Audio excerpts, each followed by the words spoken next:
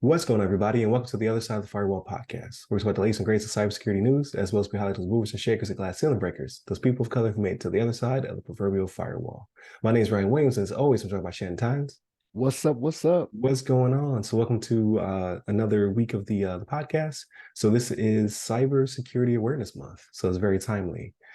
So happy Cybersecurity Awareness Month, everybody. Please continue to like, share, subscribe, all that good stuff.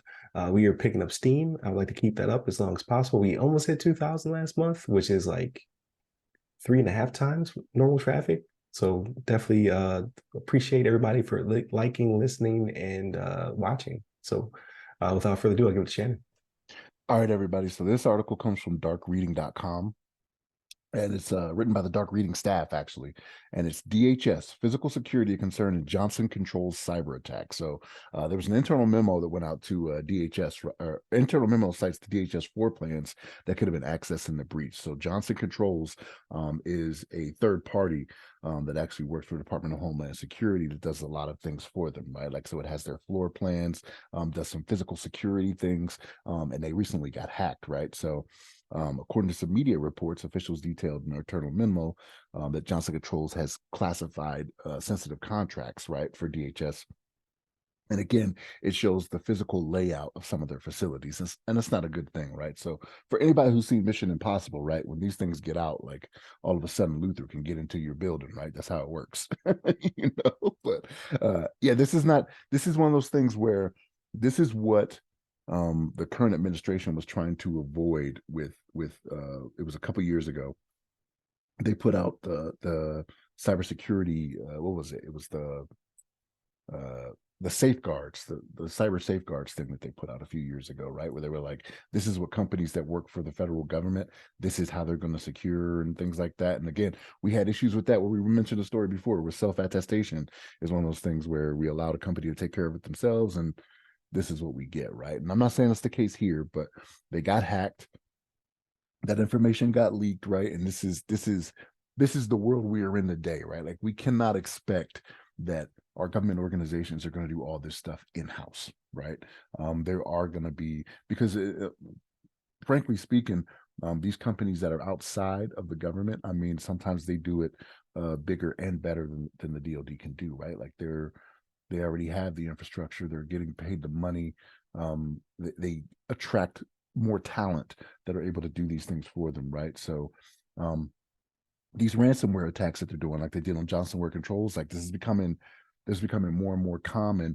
And they talk about them going deeper and deeper into these systems to get this type of information, right? So this is the stuff that people are willing to pay for that may have, you know, not so great intentions, right? And by that I mean your state actors, right? Your Russias, your Chinas, your North Koreas, right? Because we already know there's instances where they get people in these situations, right? Like, spies are out there and they make it to different levels, you know what I mean? And some of the levels of government, you know. But again, this is one of those things where you know, I think it's kind of unavoidable unless you do everything in-house, right? And that's not a guarantee. Like, we're not in a position to do that, right? So the government, in some instances, it's even cheaper for them to outsource these types of things, like what Johnson Cyber Controls, or Johnson Controls, not Cyber Controls, Johnson Controls is the name of the company, with what they're doing, right? So they're just paying some money and say, hey, this is what we need from you. Can you provide this service? Yes, let's make it happen.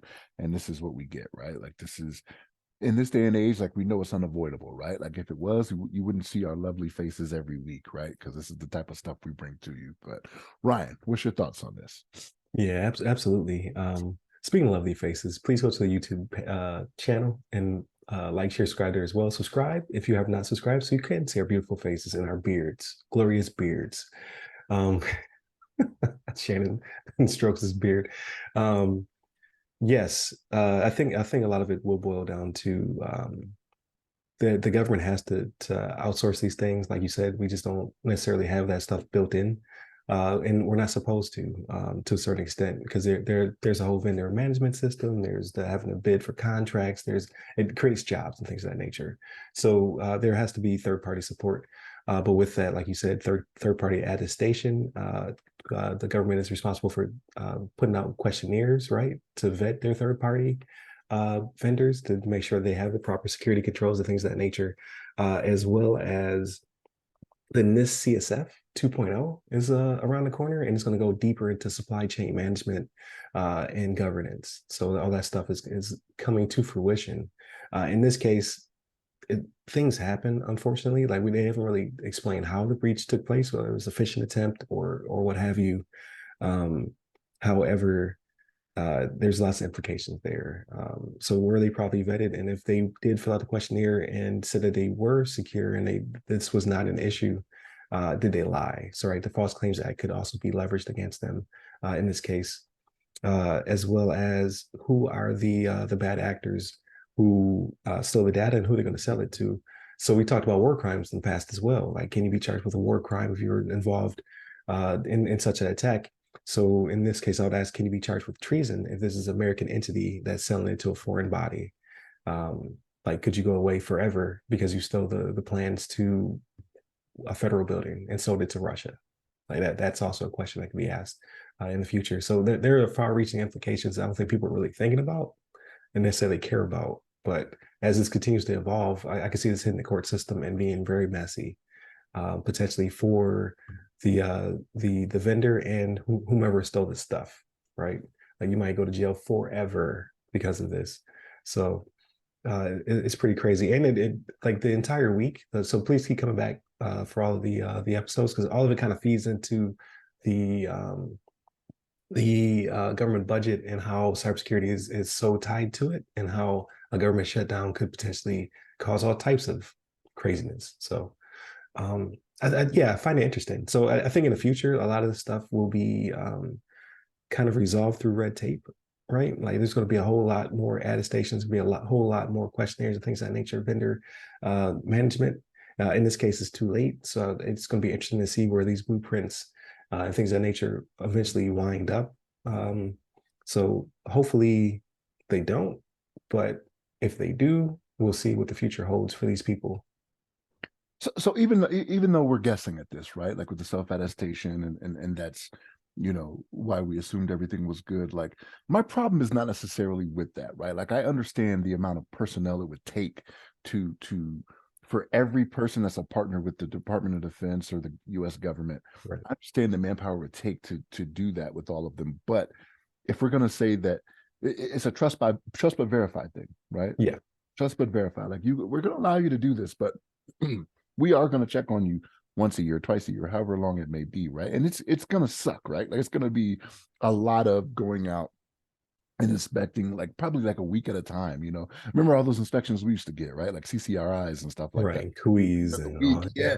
You know what I mean? Like we would have all those things, right? OREs, ORIs, things of that nature. Like it takes a little bit of time when boots are on the ground, but I want the follow-up to be better, right? Like if that is the case, I don't mind them saying, yes, we're doing it. Here's proof that we're doing it. Someone's going to sign off on it. If they're not doing what they say they're going to do, or that they have done, then yeah, there should be repercussions for that. But yeah, it's good. It's going to be costly. So I mean, eventually all that stuff just trickles back into the budget. Like you will bake it in, but in this case, this company's going to have to get tested again, right? Like so, you're going to have to clean up the mess, whatever that is, fines, penalties, things of that nature, potential burning of bridges, loss of contracts. And then they're going to have to reach back out to a company to be vetted again, to be tested, have their NIST or their ISO or whatever framework they fall under. And then they're going to have to try to recompete again. So the implications, like it's better to just do it right the first time, because it's going to have significant impacts on them. But now all the other companies are probably going to be, you know, they're over there making diamonds because they're nervous and worried. Like, will we fall under the same pressures or have the same challenges? Because we can't mess up, because then it's going to also, it's a vicious cycle, right? So we'll see what the future holds.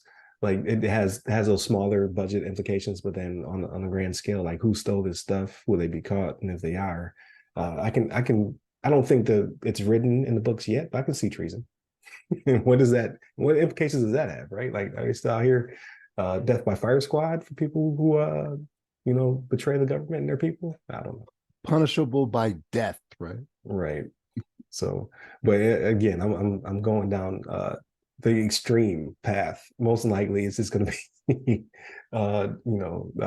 jail time or fines when they get caught. But it's pretty crazy, and I'm sure there'll be more of it, right? Like there'll be more of this story in the weeks to come because those documents will leak somewhere. So we'll see where the trail leads us. So interesting stuff. Um, with that being said, please continue to like, share, subscribe, all that good stuff. Again, we had record-breaking traffic this past month. So if we continue that into Cyber Awareness Month as well. So please like, share, subscribe, share with your nerdy friends, all that good stuff. And then definitely subscribe to the YouTube channel. So hit up all the websites to go by our name. Give me a person. I'm at RY Security Guy. That's RY Security Guy. I'm on LinkedIn, Clubhouse, Twitter, and Threads, kind of. Stay safe, stay secure.